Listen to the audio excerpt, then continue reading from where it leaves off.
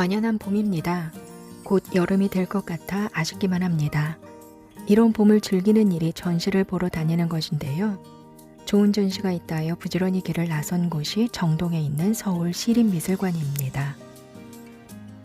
서울시립미술관은 일제강점기에는 수많은 독립운동가들이 재판을 받았던 경성재판소였습니다.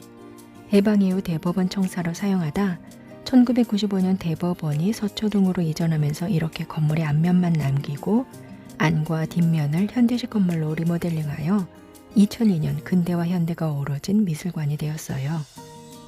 정면을 보면 화려한 창문과 대형의 원형 아치 입구가 장중함과 우아함을 보여주지만 안으로 들어가면 전혀 다른 현대식 인테리어를 볼 수 있습니다.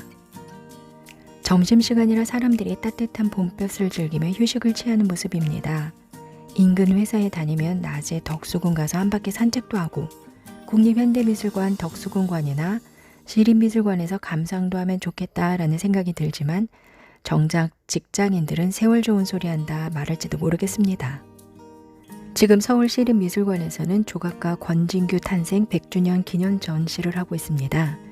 지난 2년간 이건희 기증유물에 대한 소식이 워낙 사람들에게 큰 뉴스였기에 지금도 이건희 기증유물 관련 전시는 전회 매진을 기록하고 있는데요.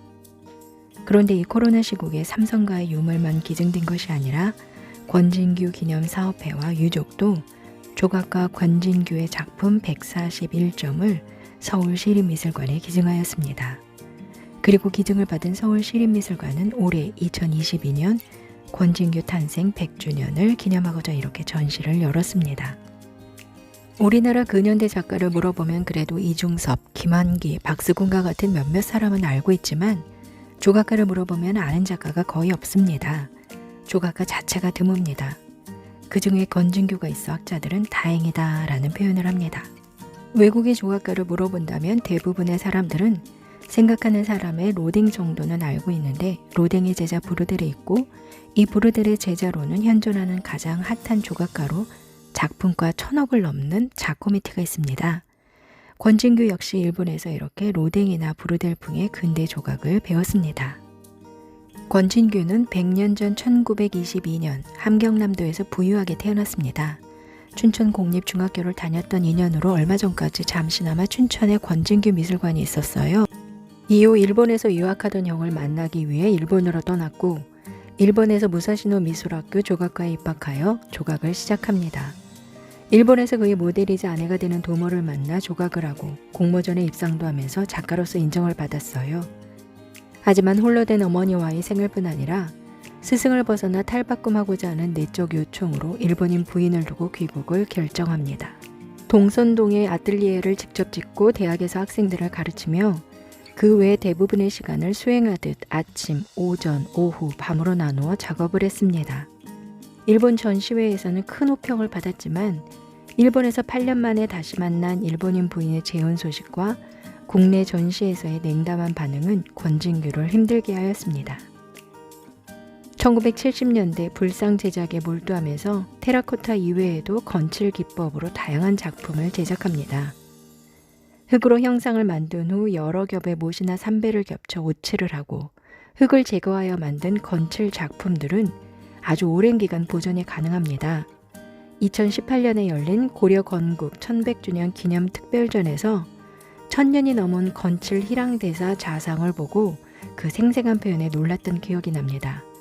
그러나 권진규는 이러한 끝없는 작업에 대한 열정을 뒤로하고 1973년 5월 51세의 나이로 자신의 작품을 소장하기로 한 고려대학교 현대미술실 개막식에서 자신의 작품이 전시된 것을 본 후 다음날 스스로 생을 마감합니다.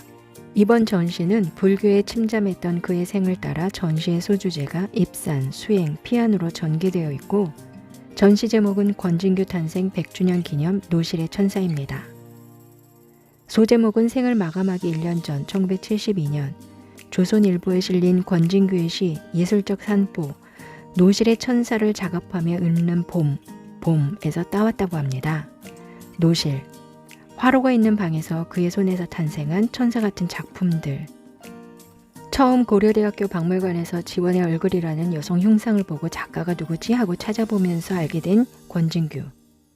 우리가 알고 있는 여성의 흉상만 있는 것이 아니라 동물상, 자신의 모습을 제작했던 자소상, 탈, 가면, 기물, 잡상뿐 아니라 불교와 함께하면서 제작된 불상 또는 주문에 의해 제작했지만 거절당한 예수상 등 다양한 작품이 전시되어 있어 이런 작품도 있구나를 알 수 있었습니다. 하마터면 위대한 이 작가의 작품이 어설프게 전시되어 그 빛을 발하지 못할 뻔하였습니다. 유족들은 권진규 미술관이 건축되길 바라는 마음에 한 사업가에게 유물을 양도하였지만 미술관 건축이 미뤄지고 오히려 대부업체 창고에 보관되며 법적 다툼이 벌어졌어요. 다행히 소송에서 이기면서 작품들을 찾아올 수 있었고 권진구 기념사업회와 유족은 141점의 작품을 서울시립미술관에 기증하였습니다. 물론 이 특별전이 끝나고 나면 아마도 상설 전시 공간이 마련될 듯 하지만 그래도 이렇게 조각 137점을 포함하여 회화, 드로잉, 아카이브 등 총 173점을 보는 전시는 다시 보기는 어렵지 않을까 싶습니다.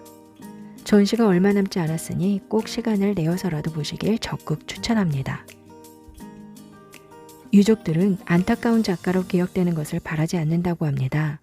저 역시 안타까운 작가라는 표현보다는 기억하고 싶은 작가라는 말을 쓰고 싶습니다.